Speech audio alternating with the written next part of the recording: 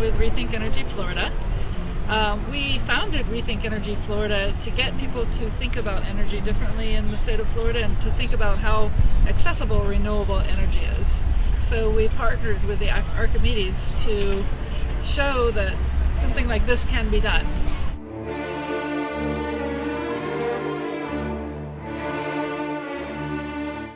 The fact that he was able to make a boat that is propelled on solar for under $10,000, you know, that should open up people's eyes to how accessible solar is in the state of Florida. We're the Sunshine State, and it's time for us to really make movement forward in terms of getting solar accessible here in Florida.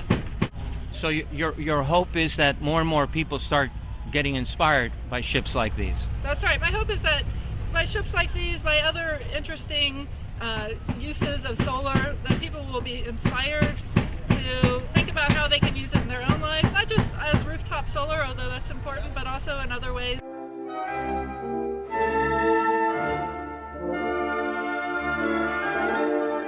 The technology is here now.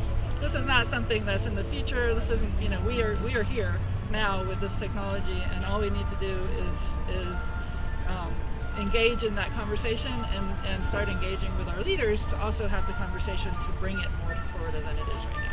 If we wanted more information, what number would we call? Well, you can call 850-766-1300, or you can go to the website rethinkenergyflorida.org and find more information there. The boat will be here for be in this area, St. Augustine and Jacksonville and Fernandina Beach, for about a month. They're going to celebrate the holidays here.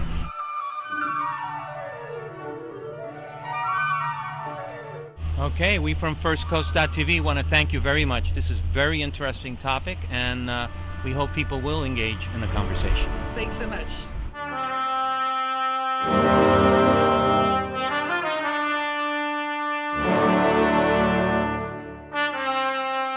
So we find ourselves in the bow of the ship, and your name, Captain, is? Carter Quillen.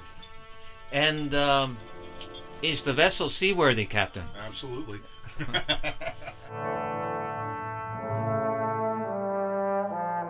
How fast will this ship go?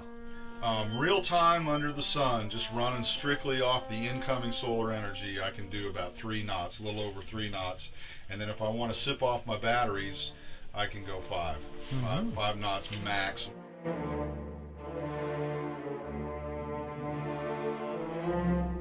All right, and how long are you going to be with this ship around here in St. John's? Probably through January, sometime mid-January. We're going up to the state line and then come back down and then just head on down to Fort Myers is our ultimate destination. Is Fort Myers your home port? No. We're in the process right now. I set a goal to transit the entire Intracoastal Waterway on nothing but sunshine. Okay. Sounds easy. The reality of it is it's a pretty challenging endeavor.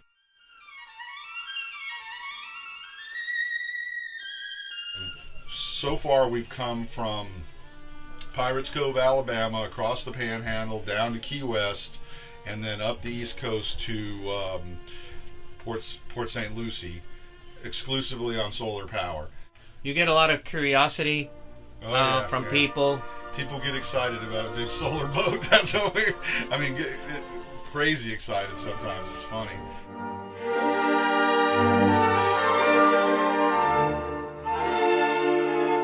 What would you say is the most asked question about this vessel? Why do you have so many solar panels?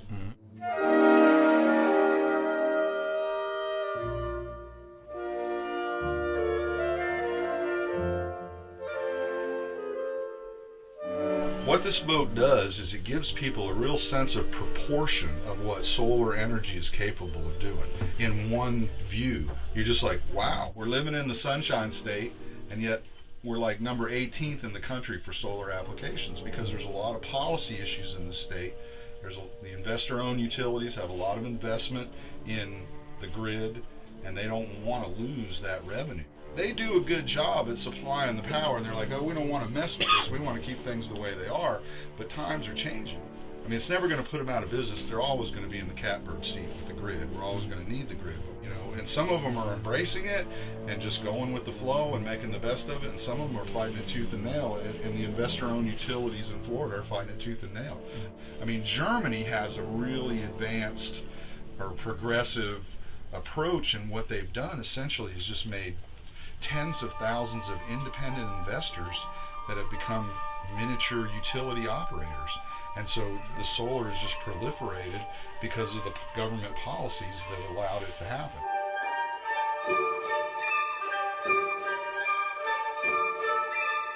The boat is a metaphor for the possibilities. I mean, you're in the boat right now. I mean, it's essentially a small living space compared. I mean, I almost bought a condo that was 350 square feet. Okay, this boat is bigger than a condo I almost bought one time. All right.